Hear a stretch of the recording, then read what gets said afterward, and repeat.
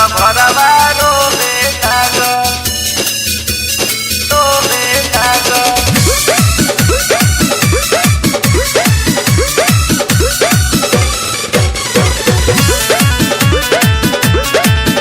Music by Rakesh Mithun Brother.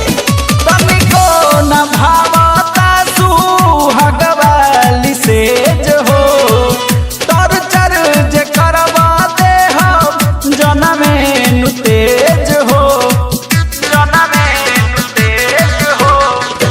तनिको न भावता सुहागवाली से जो हो तर चर जे करवा दे हम जनमे नु तेज हो। गजरा के धोवे लागल तो जब डालल तू मांगी में से नूरा वाला भरवा रोवे लागल। जब डालल तू मांगी में से नूरा वाला भरवा रोवे लागल।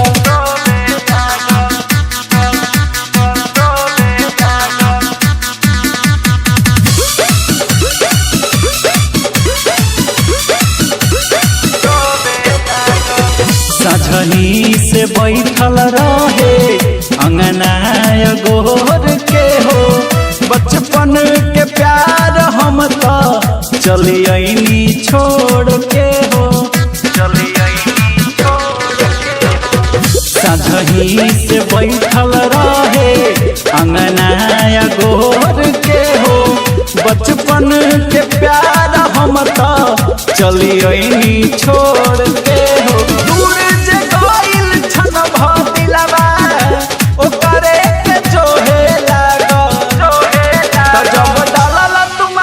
से नूरा वाला भरवा रोवे लागल। जब डालल तू मांगी में से नूरा वाला भरवा रोवे लागल रोवे लागल रोवे लागल।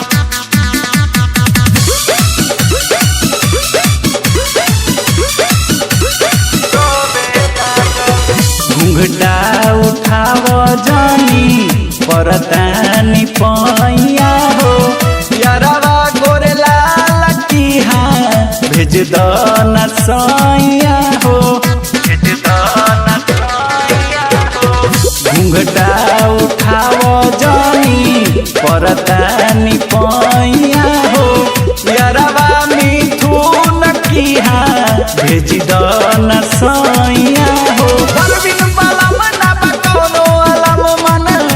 राकेश में खोवे लागल तो जब डालल तू मांगी में से नूरा वाला भरवा रोवे लागल।